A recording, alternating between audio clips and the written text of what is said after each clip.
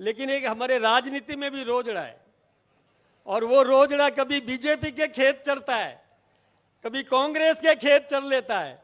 लेकिन उसकी तारबंदी आप कर देना ताकि सही तरीके से चले, सही ढंग से चले, इसकी तारबंदी आप कर देना। ये हिंदुस्तान के किसी भी कोने से किसी को निवेश के लिए आमंत्रित करना है तो भजन लाल जी रात दिन मेहनत करके उसको लेकर के आते हैं। चाहे विदेश में भी जाना पड़े, वहां से भी कई पैसे वाले लोगों को यहां ला करके यहां पर उद्योग स्थापित करने के लिए प्रयास करते हैं।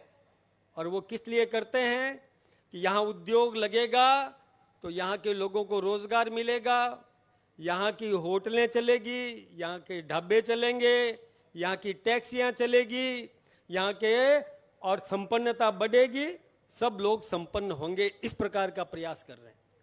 नौकरियां देने का मामला हो, इसमें भी इन्होंने 1,36,000 नौकरियां निकाल दी। नौजवानों को नौकरियां देने का काम कर रहे हैं। ये बोलेंगे आप सबके सामने। यही नहीं, ये रेवत राम जी मांग कर रहे थे पानी की, तो भजन लाल जी तभी देंगे जब रेवत राम जी जीत करके जाएंगे और मांग करेंगे, तो निश्चित रूप से इस इलाके को भी पानी मिलेगा। और यदि कोई उल्टी पार्टी का व्यक्ति जीत करके गया तो न तो वो कह सकेगा, और मानना नहीं मानना, उचित तरीके से बात करना जब उसको आता ही नहीं है तो उसकी बात मानी नहीं जा सकती है। ये आप सब अच्छी तरह से जानते हैं। और अभी हमारे सामने टक्कर में है कांग्रेस पार्टी।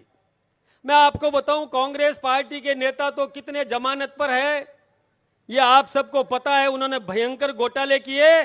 ठीक कह रहे थे रिछपाल जी मिर्दा साहब कि कांग्रेस पार्टी के लोगों ने घोटाले किए, वो गिरफ्तार हुए और जमानत पर छूट करके आए हैं और जमानत पर राजनीति कर रहे हैं। मैं कुछ नाम आपको गिनाऊंगा।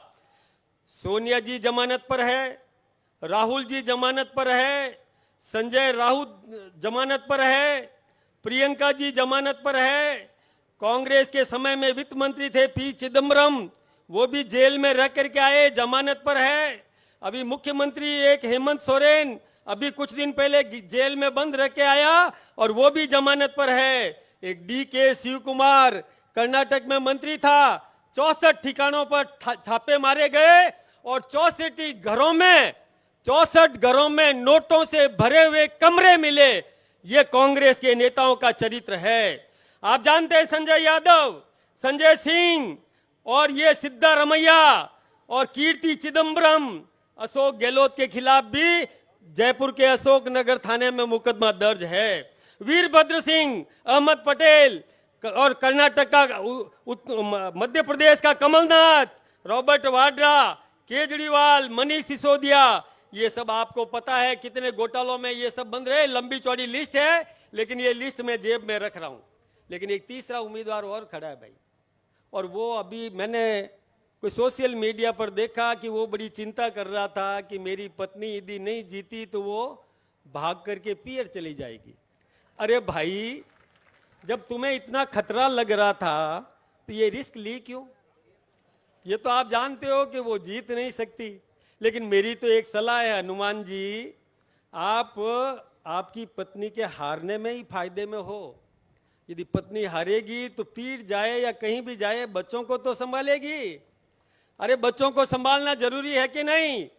नहीं तो दोनों ही राजनीति करते रहेंगे तो क्या होगा परिवार का?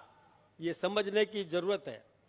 एक बात मैं आपको बताऊं, मुख्यमंत्री जी को, मुख्यमंत्री महोदय, हमारा किसान बहुत चिंतित है रोजड़ों से। रोजड़े थोड़ी तारबंदी के लिए आप सब्सिडी तो दे रहे हो, लेकिन एक हमारे राजनीति में भी रोजड़ा है, और वो रोजड़ा कभी बीजेपी के खेत चढ़ता है, कभी कांग्रेस के खेत चढ़ लेता है। लेकिन उसकी तारबंदी आप कर देना ताकि सही तरीके से चले, सही ढंग से चले, इसकी तारबंदी आप कर देना। ये बात कह करके मेरी बात को खत्म करूंगा। आप सबका बहुत बहुत अभिनंदन, बहुत बहुत धन्यवाद।